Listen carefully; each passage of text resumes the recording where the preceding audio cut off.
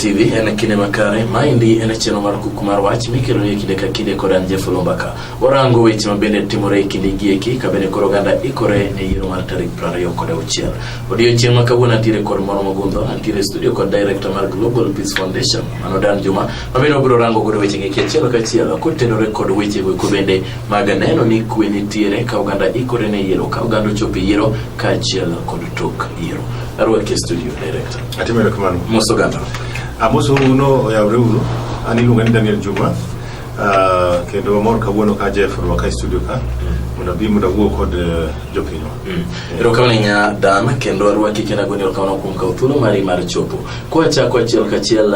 nyisane to dane paronade ng'anyo moketi kod NASA mondo mi weche gi magidwar mondo tim lokruok ne IEBC bende ubro achieve the intended purpose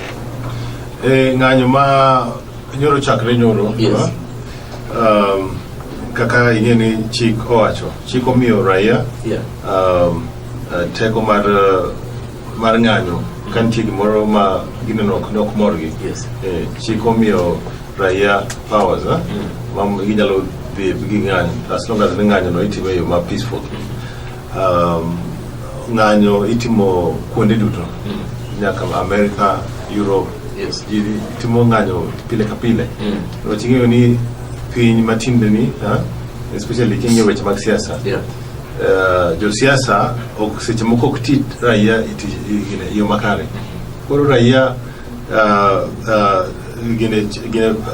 power gin go kende na ng'anyo no mondo weche magidwaro mondo ne to ne bed dwaro na ne adawacho nto kaka election manyo chotimre ni no bed nullified. Supreme Court mano ngi wach Justice Maraga neno wacho no election ne kotimio makare no time marach ma Maraga no wacho ni ne jo IBC o commit irregularities kod illegalities winjo ga koro en gima simple mane bed ni jo IBC kata go sirkal gin joma humble ne di bet pin to gwacho na no kanyo no dhi marach to wanyalo timo nade mondo timo omiyo changes manasa dwaro go okonego bed Jubilee oppose those changes because changes no manyalo loso koro yiero mabiro manyien otimiyo makare to ne bed melese ni kara Jubilee yombo to okotime kende yo makare to Justice Maraga no wacho ni kendo obro nullify election koro ananeno ni onge tiende Jubilee ka gingeno no gin gi numbers Jubilee wacho ni gin gi numbers mcho gi wacho ni gin gi wembe ule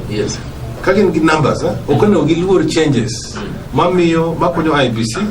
mondo timrade mondo ongi makosa manotimre ayo otim lokruok institutionally manyalo miyo election mabiro manyien otimiyo makare to ne bed ni leaders wagin leaders mabeyo ne gibet piny to gikonya IBC ng'eto ng'ama ne gi makosa ang' mondo timre marach ai gige timimiyo makare ai to wadhi yiero maber to in koro sani ok idwa kamano koro chuno ni koro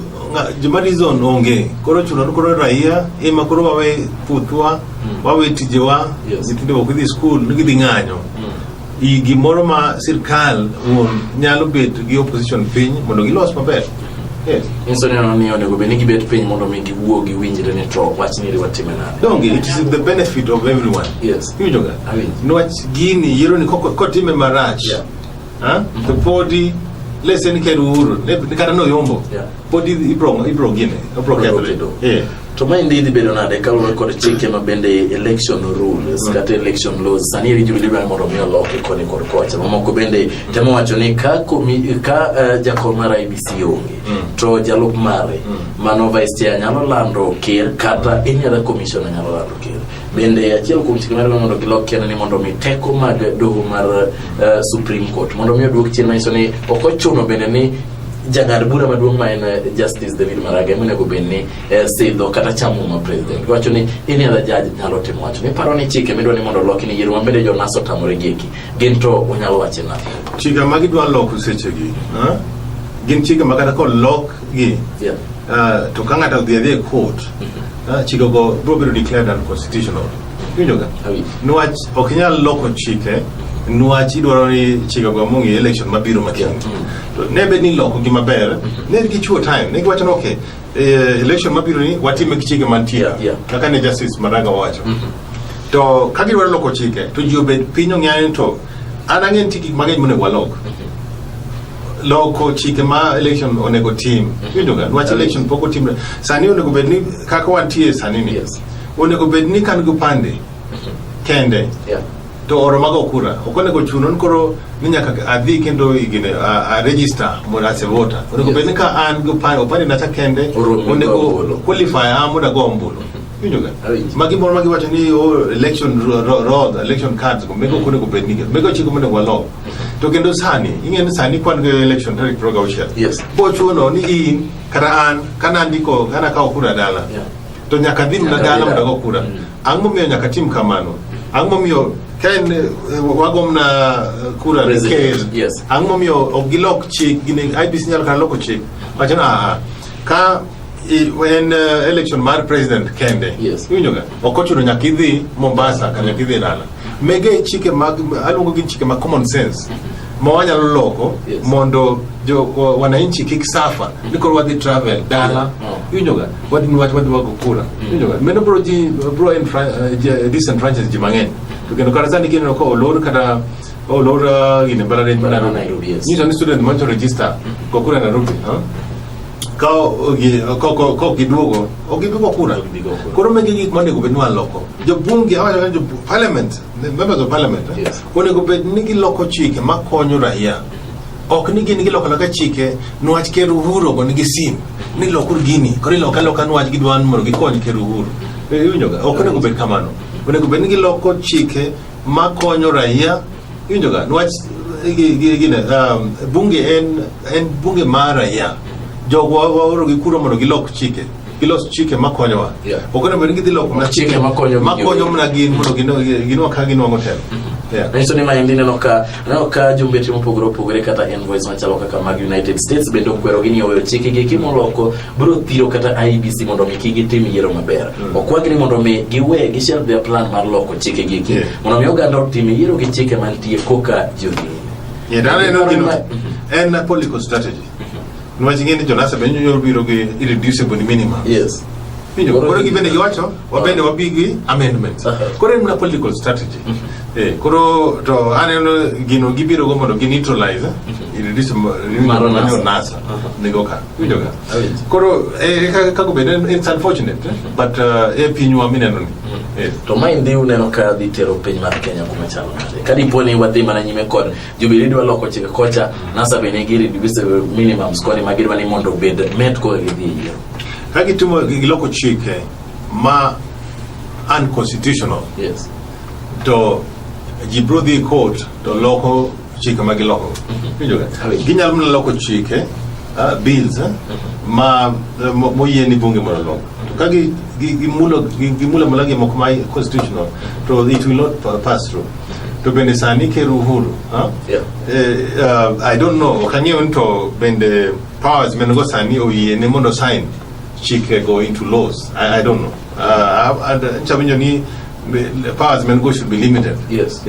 So nebed ni ginjo mabeyo. Ned gi bed pin to gingiyo na gino setimre kama. Or refrain. No refrain at loko chike ma inyalo ne renya nyalo ni konye mondo onwang favor mar elections mabiro mene kaka ngama betuga to kinya bero ko ilo ka chike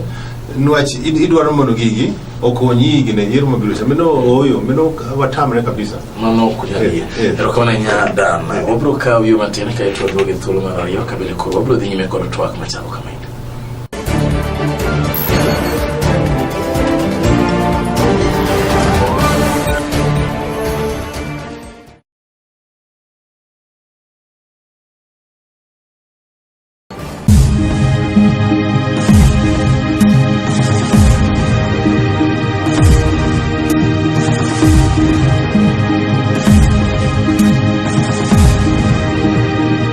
waduogo e thuolo mar ariyo kendo wadhi nyime kod chenro mar wach. Wantiere kod director mar Global Peace Foundation Mano Dan Juma, ma bende gin jok mochung' ne rango ni weche mag kwe nitiere achiel kachiel to moloyo kinde gi eki ma bende waikore ne yiero. Dan, achaka rwaki e studio thuolo mar ariyo.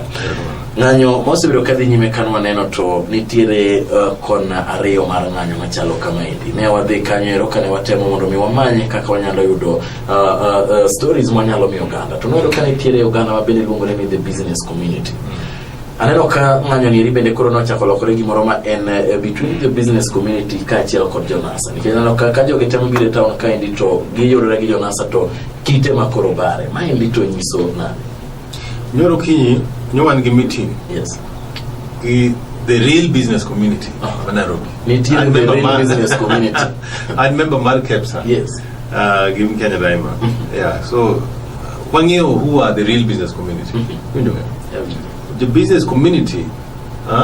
ma the biashara ma adira. Yes. Give get time ma the go kite or ma the enganyo. You know. Gin such a meeting I don't know Gamanadi Mangi ni wala wandi nga. You know. Koro mego okatwa na goya inya lakini wangeo mto jumalungre na business community. Yeah. Wangeo to ginto manadi. You know. Mabende jo business community nyoro kaja one code nyoro okimor kendo joma malungre business community. To gini business community. So magi again the business community in quotes. In quotes, yes. The business community are okay. Yes, not joma woko ko winjo. Yeah. Let's say joma Ulaya ko winjo ni the business community. Yes. Ma Kenya o kana ma Nairobi. Yeah. O the kore magore gi kite. To the real business community kaka chandare giri, yes. Yeah. Ka gineno kama ginyalo be mistaken. Nto kara un business community mago mra kite. Koro and then apana na ukora moruma useketi waja apani the way manyano kaglongo press conference like wacha nugin gibende gibrothe ng'anyo mondo gitim nade gi stop ng'anyo mar nasa kendo gima nodhiera ne giwacho ayanga ni gin kaka the business community gisiro yiero mar Migosi Muigai Kenyatta. Koro kang'eyo ni to business community ne gin private sector ne giwacho ni gidefend girito mwandugi ma gisekedo ne thuolo mang'eny mondo mi gilosi gichak giduogo gidonjo weche mag siasa giwacho ni Migosi Raila Odinga osebedo ka chando Kenya nikech oselalo ombulu mang'eny to gin gi ikore mar rito mwandugi kendo gibiro neno ni Muigai Kenyatta obedo ker. Koro ne wadhier ni to karen business community chung mar business community en haniri dogi manyisi ne business community maru kora okapa ni business community mara diela maybe biashara matindo mar joma uso mena kada joma uso lewni maybe lakini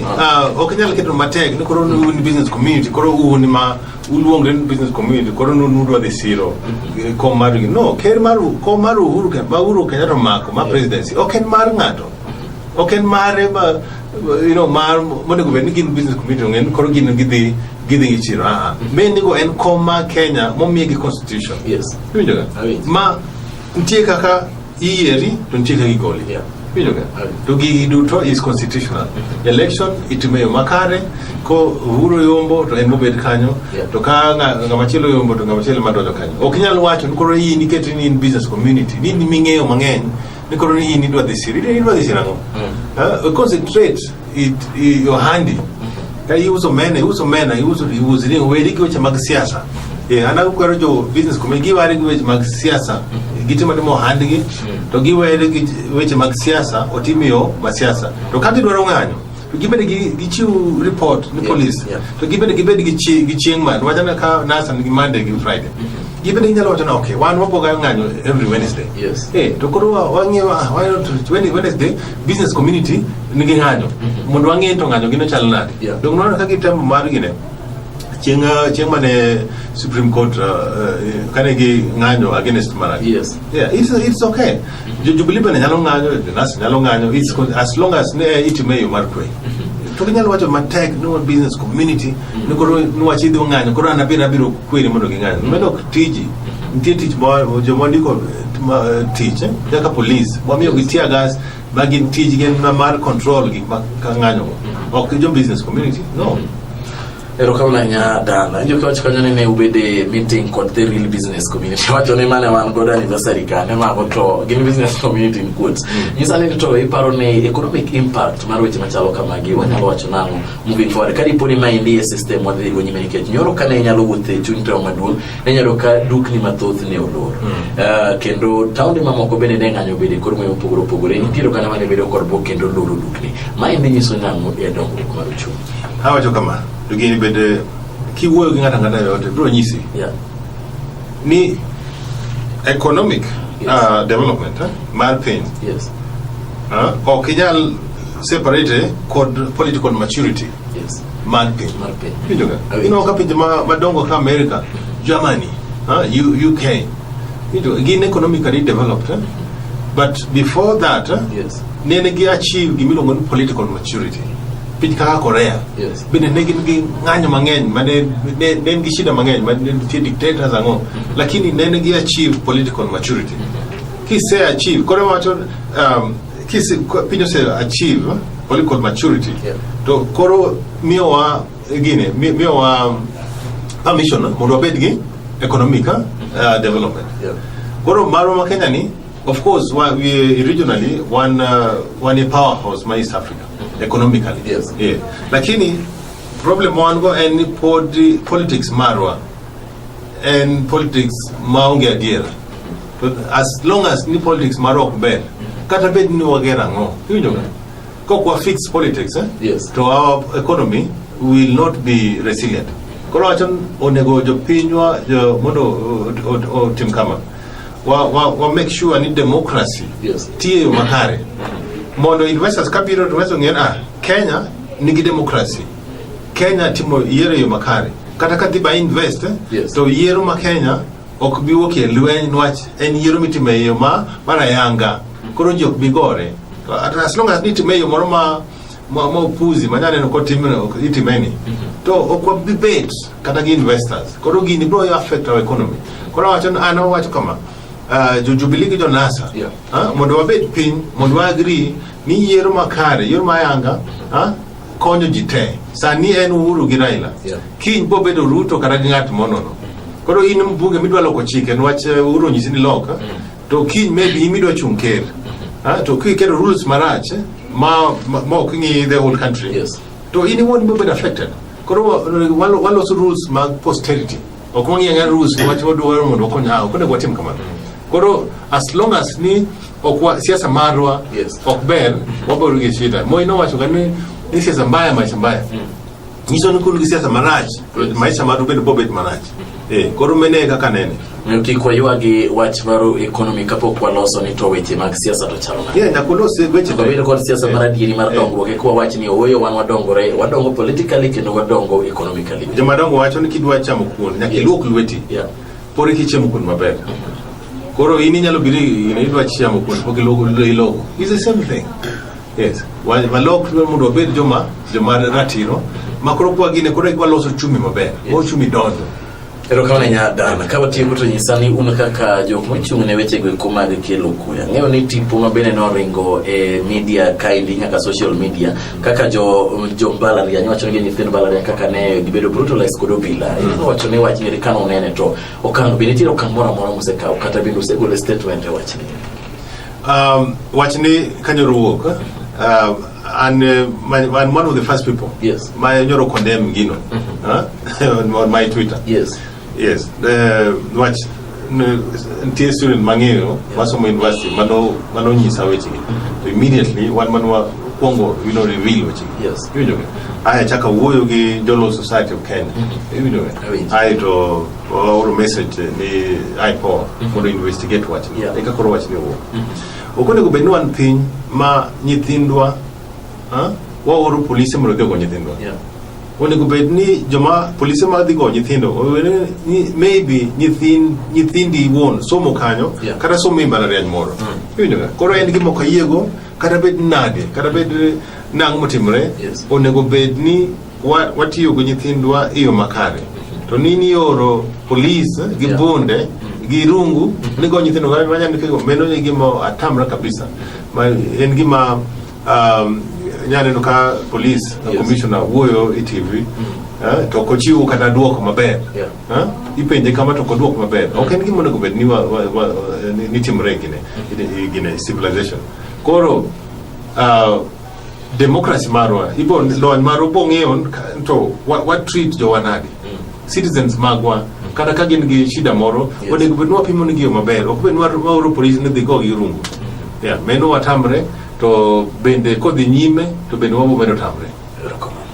Erokamano nya Dan Juma agoni erokamano kuom kawo thuolo mari achiel kachiel mondo mi bi mondo mi watwagi kod oganda ka bende watemo mana rango weche mag dongruok kaka oganda nyalo bet ka sani eri maduong' moloyo ni oganda ikore ne yiero mar tarik 26. Gima duong' mondo mi kwe bedie ka oganda ikore ne yiero ka oganda dhi yiero ka achiel kod tok yiero mondo mi kik ng'ata bed kod lal nikech weche mag yiero. Yiero gin gik mabiro kae to kadho piny mar Kenya pod nitiere nyaka dhi nyime kod tije duto kaka oganda ma jo Kenya ka wuok e lweti Kanje Mbaka Dan agoni erokamano ndongo nyakumbiro kwa cha kwa duonga gina ni bro ile thulo mondo bi mondo no wuok. Erokamano. Erokamano.